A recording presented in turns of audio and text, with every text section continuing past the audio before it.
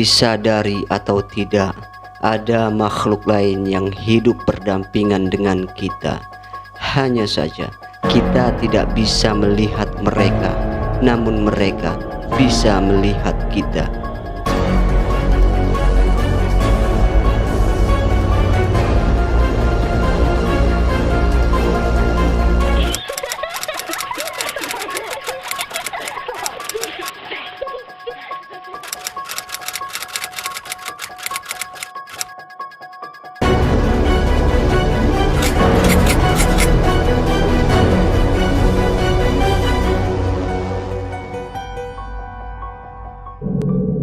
Di dalam keyakinan agama Islam, manusia diberi roh pada hari ke-120 setelah pembentukan, atau 4 bulan ketika masih berada di dalam kandungan ibunya.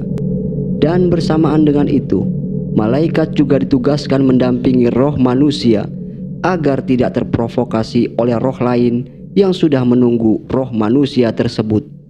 Roh lain yang dimaksud ialah Qorin.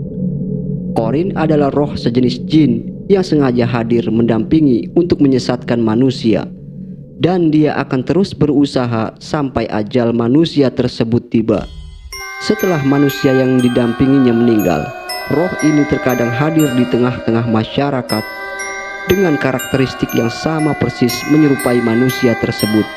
Hal itu sengaja dilakukan untuk menebarkan fitnah yang akhirnya membuat masyarakat menjadi gaduh. Kebanyakan pemicunya adalah permasalahan yang belum diselesaikan dari manusia tersebut sebelum ia meninggal. Dan roh ini biasanya disebut arwah penasaran. Eksistensi makhluk astral yang satu ini bukan hanya terdapat di Indonesia, melainkan ada di setiap negara belahan dunia. Panggilan yang berbeda, namun perwujudannya tetap sama. Dan sekedar informasi, sosok yang satu ini menurut sejarah pertama kali dikenal di Eropa yang disebut dengan White Lady, karena sosok ini sering terlihat menggunakan daster putih dengan rambut model panjang terurai.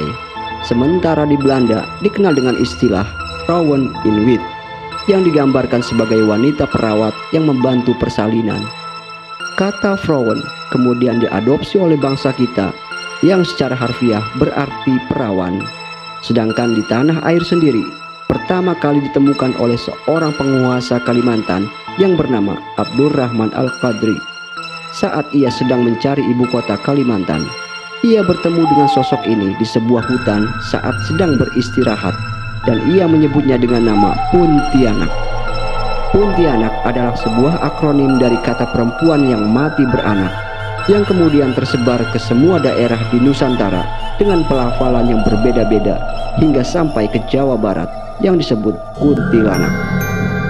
Kuntilanak merupakan sosok makhluk halus atau hantu wanita yang berbusana khas dengan daster putihnya. Ia memiliki karakteristik yang pemarah, cerewet, dan manja. Sosok ini sering menempati rumah-rumah bertingkat atau rumah susun yang sudah ditinggalkan penghuninya. Dan jika ia di luar rumah, ia biasa berada di atas pepohonan besar dan di balik pohon pisang.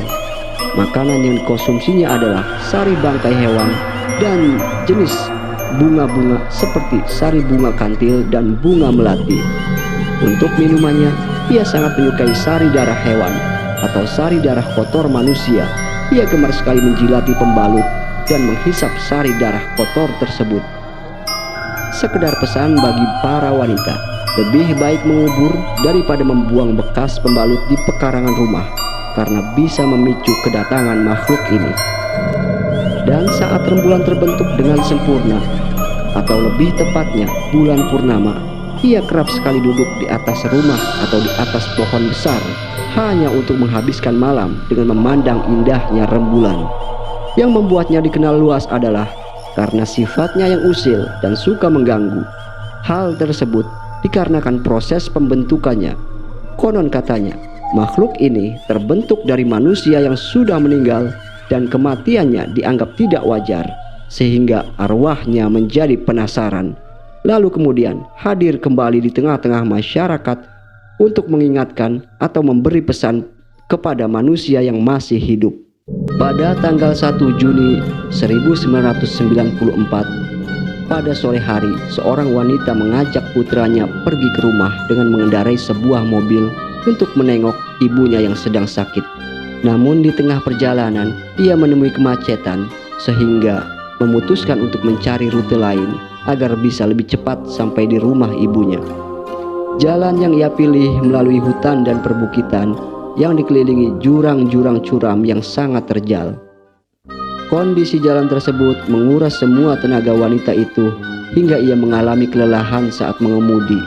Namun wanita itu terus memaksakan diri untuk mengemudi karena ia merasa waktu sudah gelap dan berada di tengah-tengah hutan.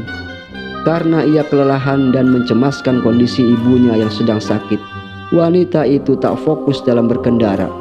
Ia tak melihat adanya tikungan, sehingga akhirnya mobil yang ia kendarai tergelincir dan jatuh ke jurang yang membuatnya tewas seketika.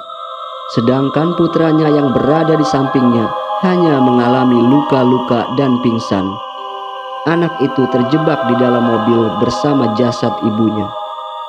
Dan pada tanggal 4 Juni 1994, sepasang suami istri sedang menginap di sebuah penginapan yang tanpa pengetahuan mereka, ternyata penginapan tersebut tak jauh dari lokasi kecelakaan itu.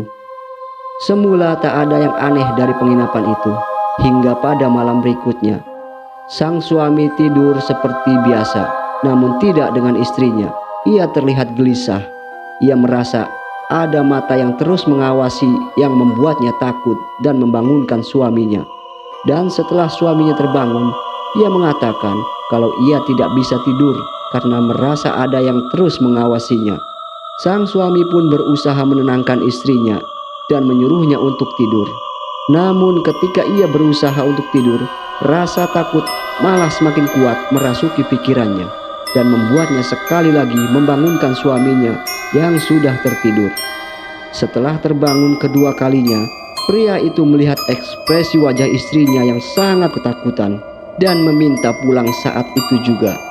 Melihat kondisi istrinya yang tidak biasa, pria itu pun akhirnya menuruti keinginan istrinya, dan malam itu juga mereka pun pulang. Namun di tengah perjalanan, tepat di lokasi yang terjadi sebelumnya yang tidak pernah mereka ketahui, mereka dikagetkan oleh sesosok makhluk berpakaian putih merangkak di tepi jalan. Melihat hal itu, suaminya yang sedang mengemudi mobil sedikit meningkatkan kecepatan mobilnya. Ia menduga kalau hal itu hanya modus kriminal, namun tidak dengan istrinya.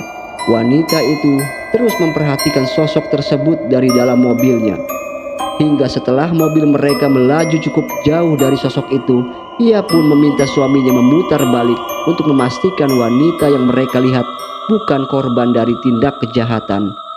Namun suaminya menolak karena ia bersikeras menduga kalau itu hanya modus kriminal. Singkat cerita, mereka pun sampai di rumah dan beristirahat seperti biasa. Dan pada tanggal 5 Juni 1994 atau keesokan harinya, kejadian yang mereka lihat semalam ternyata masih terus terbayang di pikiran wanita itu, yang kemudian meminta suaminya untuk kembali ke lokasi tersebut dan memastikan kalau wanita yang mereka lihat bukan korban dari tindak kejahatan. Karena menurut firasat istrinya, wanita yang mereka lihat sangat membutuhkan pertolongan. Suaminya pun dengan terpaksa menuruti kemauan istrinya. Lalu mereka pergi ke lokasi tersebut. Sesampainya di lokasi itu, mereka turun dari mobil dan memeriksa keadaan sekitar untuk mencari keberadaan wanita yang semalam mereka lihat. Namun bukannya menemukan wanita yang dicari, mereka malah melihat beberapa pohon yang sepertinya terkena benturan benda keras, dan jejak ban mobil yang melakukan pengereman nampak pada rumput di sekitar lokasi tersebut. Mereka lalu berasumsi kalau di lokasi ini pernah terjadi kecelakaan berdasarkan jejak-jejak yang mereka temui. Suaminya kemudian berinisiatif untuk turun menelusuri jurang tersebut dan memastikan praduga mereka tidak salah. Tak lama kemudian istrinya pun ikut turun menemani suaminya. Ketika mereka sudah berada 200 meter dari ketinggian, suaminya menemukan sebuah sepatu anak-anak. yang diduga sepatu itu adalah milik salah satu korban kecelakaan itu. Mereka pun lalu melihat-lihat di sekitar area tersebut, dan benar saja mereka melihat sebuah mobil yang terbalik dengan kondisi yang rusak parah. Mereka pun lalu berlari menuju mobil tersebut, dan setelah dilihat, ternyata di dalamnya ditemukan seorang wanita dengan anak kecil di sampingnya. Mereka kemudian menelpon pihak kepolisian dan tim penyelamat untuk mengevakuasi kedua korban tersebut. Tak lama kemudian, pihak kepolisian dan tim penyelamat datang dan memeriksa para korban. Korban wanita dipastikan sudah meninggal. Namun anak kecil itu ternyata hanya pingsan. Ia masih hidup karena nadinya masih berdenyut. Kedua korban segera dilarikan ke rumah sakit. Jasad wanita itu kemudian diotopsi oleh pihak rumah sakit dan kepolisian untuk memastikan kalau kematiannya bukan dari tindak kejahatan. Sementara anak kecil itu mendapatkan perawatan intensif dari rumah sakit tersebut. Dan perlahan-lahan setelah mendapatkan perawatan, anak itu mulai tersadar. Dokter yang menanganinya mengatakan, beruntung anak itu secepatnya ditemukan. Jika terlambat 2 jam saja, maka anak itu kemungkinan akan meninggal karena ia mengalami dehidrasi parah dan kelaparan selama 5 hari. Lalu pihak kepolisian dengan perlahan membujuk anak tersebut agar menjelaskan kronologis kejadian sebenarnya. Dan anak itu mengatakan bahwa ia hanya mengingat ketika ia pergi bersama ibunya hendak menemui neneknya yang sedang sakit. Kemudian mereka mengalami kecelakaan itu.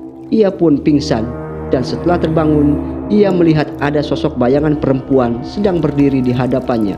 Ia pun pingsan untuk kedua kalinya dan tersadar kembali sudah berada di rumah sakit. Itulah sepenggal cerita mengenai makhluk halus yang memberikan pesan singkat kepada warga untuk mengungkap kasus kecelakaan dan menyelamatkan nyawa seseorang. Sosok bayangan perempuan yang menjaga anak tersebut kemungkinan adalah arwah dari ibunya sendiri.